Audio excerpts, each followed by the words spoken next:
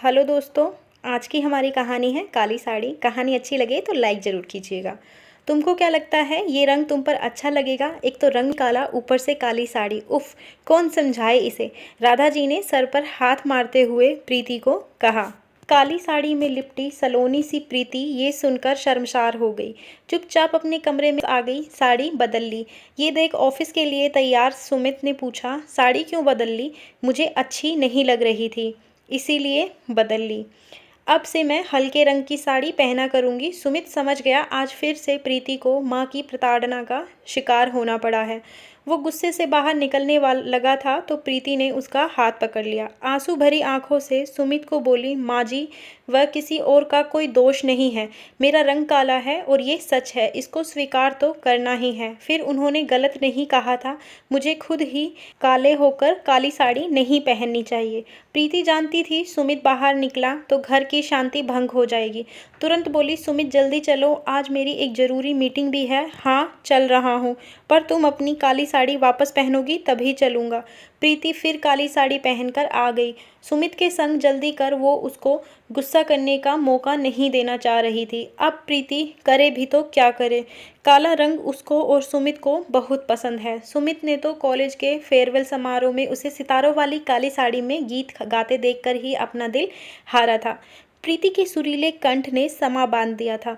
तभी सुमित ने सोच लिया था कि इसे अपना जीवन साथी जरूर बनाऊंगा। प्रीति का बस रंग ही काला था, नाक नक्श बहुत तीखे, उस पर होठों की मुस्कान और गालों में पड़ते गहरे डिंपल सब कुछ बहुत आकर्षित करते हैं। उसके मधुर व्यवहार के तो बहुत लोग कायल हैं। प्रीति और सुमित का प्रेम विवाह है। सुमित के घर में सबका रंग साफ था, इसीलिए जब सुमित ने सांवली सलोनी प्रीति को पसंद किया तो घर में भरपूर विरोध हुआ। पर सुमित को की जिद ने उनको प्रीति को बहू बनाने को मजबूर कर दिया। प्रीति बहू बनकर तो आ गई थी, पर घर में रंग भेद का शिकार बन गई। उसके तीखे नैन नक्श भी उसे शर्मसार होने से नहीं बचा पाते। सुमित उसे समझाता, तुम दूसरों की बात दिल पर मत लो, वो करो जो तुम्हें पसंद हो। जब तुम मुझे पसंद हो तो तुम दूसरों की पसंद नापसंद को लेकर अपने आप को क्यों परेशान करती हो? पर प्रीति कितना भी धीरज रखे, कभी ना कभी उसका दिल आहत हो जाता। फिर भी प्रीति अपने मधुर व्यवहार से सबका दिल जीतने की कोशिश करती। प्रीति को हल्के रंग पसंद नहीं, और जब गहरा रंग पहनती तो सास ननद और जिठानी के व्यंग्यात्मक तीर चलने लगते तो प्रीति को बेहद चुभते। भगवान ने उसे काला रंग दिया था तो इसमें उसका क्या कसूर है? पर यह बात सास ननद या जेठानी को कौन समझाए। घर में सुमित के अलावा ससुर जी रमाकांत का दिल प्रीति ने अपने मधुर व्यवहार से जीता था, वही अक्सर उसके व्यंग से बचाते थे। शाम को जब प्रीति और सुमित घर पहुंचे तो बैठक में गहन मंत्रा चल रही थी। पता चला ससुर जी को बिजनेस में बड़ा घाटा हुआ। कई दिनों से वो संभालने की कोशिश कर रहे थे, पर आज दिवालिया घोषित हो गए। अब तक ऐशो आराम से जिंदगी बसर करने वाले लोग किनारा काटने लगे। ननद जो अप्रैल मायके आती थी अब आना कम कर दिया। घर के खर्चे तो अब ससुर जी नहीं उठाते थे, अब बेटों पर आ गया था। उजले रंग वाली जिठानी ने पति को जाने क्या समझाया, वे दूसरे फ्लैट में शिफ्ट हो रहे थे। ये वही सुंदर बहू थी जिसका परिचय कराने में और उसकी सुंदरता का बखान करने में सासू माँ हमेशा आगे रहती थी। घर में एक सन्नाटा फैलने लगा। एक दिन रमाकांत जी ने सुमित से पूछा, तुम कब अपने घर में शिफ्ट हो रहे हो? सुमित के बोलने से पहले आवाज आई, पापा, हम अपने घर में रहते हैं, जहाँ आप लोग हैं वही हमारा घर है। चाय का प्याला थमाते प्रीति ने कहा, पापा आप चिंता ना करें, भगवान ने चाहा तो एक दिन हमारी फैक्ट्री फिर हमारे पास होगी।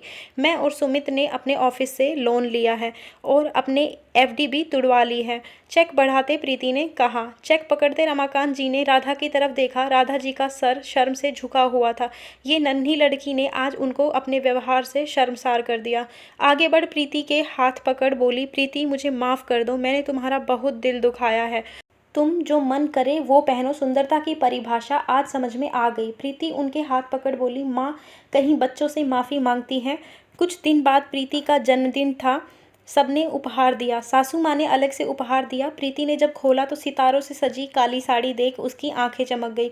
शाम की पार्टी में सब लोग सितारों वाली काली साड़ी पहने प्रीति की खूब तारीफ की। सासू माँ ने नज़र उतारने के लिए कानों के पीछे काला टीका लगा दिया। सुमित की आंखों में शरारत देख प्रीति शर्मा गई। मन ही मन तय कर लिया, अब रंग को लेकर शर्मसार नहीं होगी। दोस्तों, स्त्री का जीवन सरल नहीं होता, कदम कदम पर शर्मसार होना पड़ता।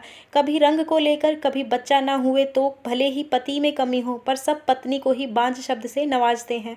तो कभी संतान की वजह से तो कभी पैसों की दिक्कत से। जीवन में स्त्री और गलती एक दूसरे का पर्याय है। आप क्या कहते हैं? आपकी क्या सोच है? हमें ज़रूर बताइए कमेंट सेक्शन में। अच्छी लगी हो वीडियो तो लाइक एंड शेयर कर दीजिए, चैनल को सब्सक्राइब कर लीजिए।